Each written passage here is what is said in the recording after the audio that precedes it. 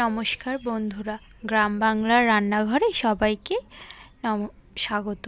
আজকে আবার নিয়ে চলে এসেছি একটা নতুন ভিডিও।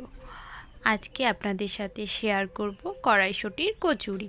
কে কে এই কড়াইশুঁটির কচুরি খেতে ভালোবাসেন কমেন্টে জানাবেন।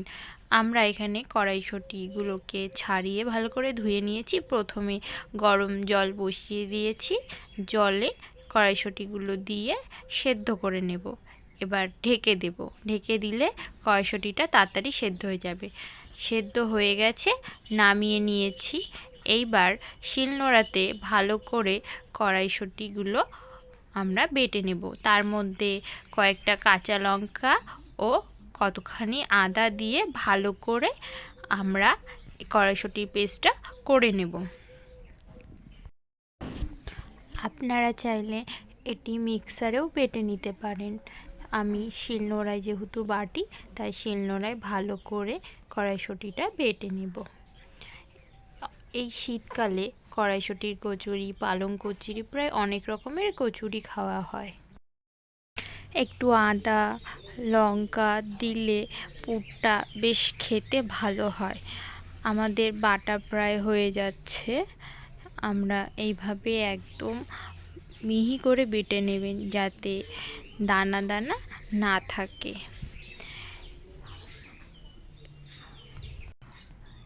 যে কোনো রান্নার রেসিপি দেখতে চাইলে কমেন্ট করতে পারেন। আমার চ্যানেলে সমস্ত প্রকারের রেসিপি দেখানো হয়। আমাদের বাটা হয়ে গেছে, এবার আমরা একটা বাটিতে তুলে নেব। এবার আমরা বাটাটা তেলে একটুখানি ভেজে নেব, পুরটা বানিয়ে নেব। প্রথমে কড়াই বসিয়ে দেব, কড়াইয়ে তেল দিয়ে দেব।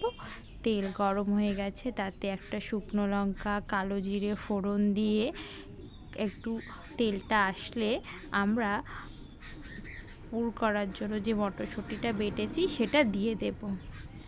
ভালো করে নেড়ে চেড়ে আমরা এটাকে একটু ভালো করে ভাজা ভাজা করে নেব। পরিমাণ মতো লবণ দিয়ে দেব, দিয়ে বেশ ভালো করে পুরটা বানিয়ে নেব। পুরটা বানানো হয়ে গেছে, এবার একটা থালাতে ঢেলে নেব।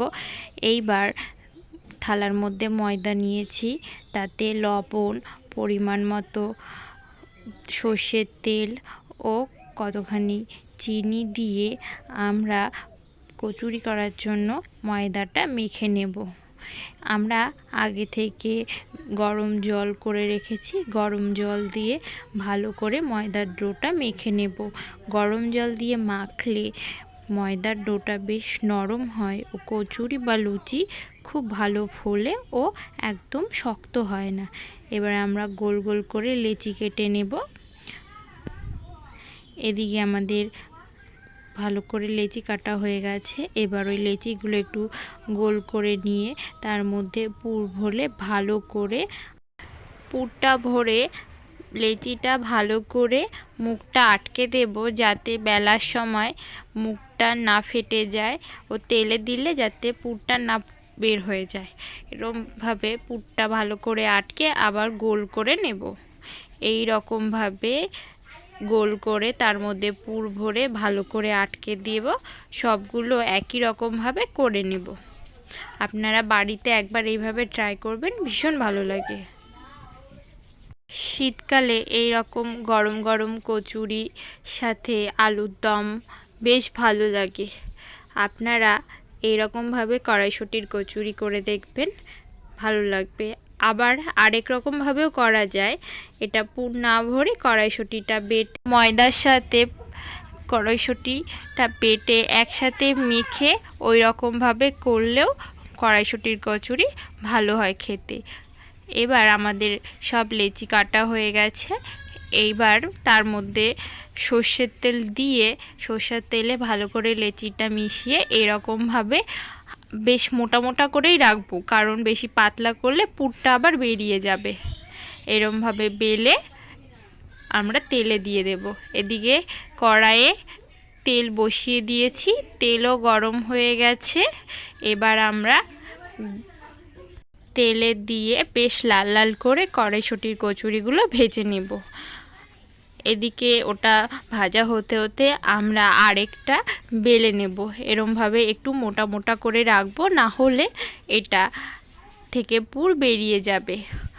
ওদিকে আমাদের ভাজাটাও হয়ে যাচ্ছে, এদিকে আমাদের এটা বেলা হয়ে যাচ্ছে। এবার আমরা ওটা আরেকবার ওই সাইডটা উল্টে দেব। কত সুন্দর ফুলেছে কচুরিগুলো। আপনাদের ময়দা মাখাটা যত ভালো হবে কচুরি তত ভালো ফুলবে। এই কচুরিটা ভাজা হয়ে গেছে, এবার এটা নামিয়ে নেব। কত সুন্দর হয়েছে দেখতে। আবার এটা দিয়ে বেশ ভালো করে লাল লাল করে ভেজে নেব। কচুরিটা কত সুন্দর ফুলছে, কচুরি মাখা ভালো হয়েছে জন্য কচুরিটা ফুলেছে। সাবধানে বেলবে যাতে কচুরি থেকে পুরটা না বেরিয়ে যায়। এরকমভাবে একটা একটা করে আমরা কচুরিগুলো ভেজে নেব।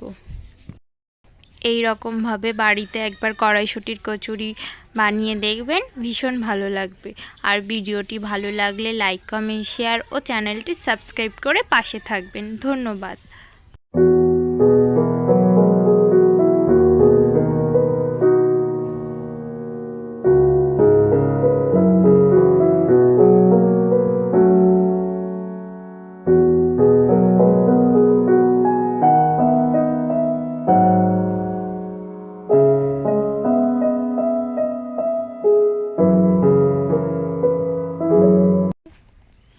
কত সুন্দর কচুরিগুলো ফুলকো ফুলকো হয়েছে। এই রকমভাবে যত ভালো করে বেলবেন তত ফুলবে বেশি।